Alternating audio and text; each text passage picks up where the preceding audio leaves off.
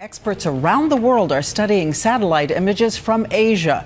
New images that show something floating in the ocean 5 days after that passenger jet vanished. 239 people on board. So are these images part of the answer, or will they just deepen the mystery? ABC's Bob Woodruff walks us through this new twist at the disappearance of that plane. Tonight, the intriguing new clues. Those images captured by a Chinese satellite, one after the other, 3 in all, one nearly 80 feet long, found in the search zone, reportedly closer to the original path of the flight. But are they from the missing plane? To answer that, the search is growing. The zone, now the size of Indiana, spanning a distance greater than Chicago to Atlanta. Finally, American experts have been let in to help pore over the clues. After 5 long days, all we know for sure is this. Flight 370 took off at 12:21 a.m. and then fell off civilian radars by 1:30 a.m. Saturday morning, right here. The pilot's last words to the tower, "All right, good night." What's still a mystery, claims by the Malaysian military that their radar picked up a signal 45 minutes later that might have been the missing plane soaring way off course, all the way over here. Added to this, a worker aboard this oil rig saying he thinks he spotted something, emailing that he saw what looked like the plane burning at high altitude in the night sky here in the waters off Vietnam, closer to the flight's original route. The Vietnamese searched the area but say they found nothing. For the families of the 239 missing, face after face, fathers, high school sweethearts, grandparents, it is agony. There is no news whatsoever. It's just disappeared off the face of the earth.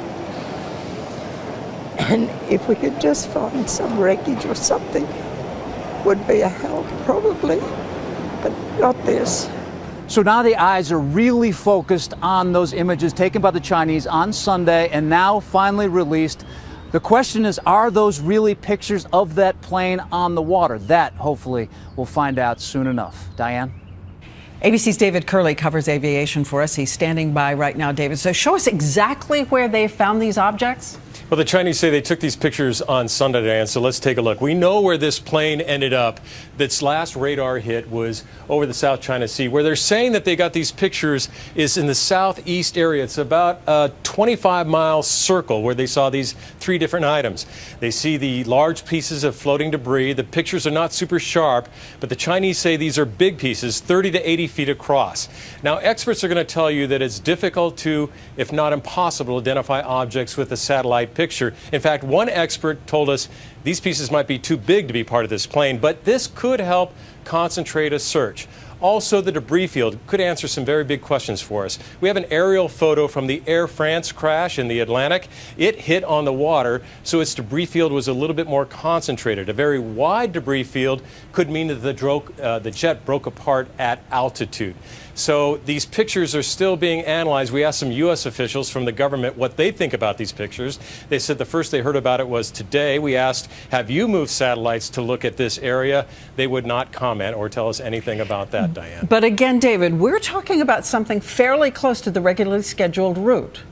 It is, we're hearing anywhere from 100 to 200 miles to the southeast, so that could be, you know, here's part of the problem, Diane, is this was the last ping we saw, and the plane apparently stayed in the air for a little bit longer. Did it fly that way, or has debris floated that way?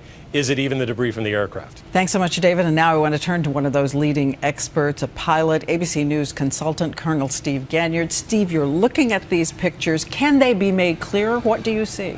Diane, they are tantalizing. I don't know if they're clues yet. I wish we could blow them up a little bit. They're just, I think, a little too fuzzy at this point to think that we're going to get any better clarity. We're going to have to get ships and we're going to have to get airplanes out there to look at the area and make sure that these are not parts of the airplane. But when David raises the possibility they could be too big to be debris, what does that mean? Maybe they're longer than the actual wingspan of a 777 or the fuselage, so maybe they're just too big.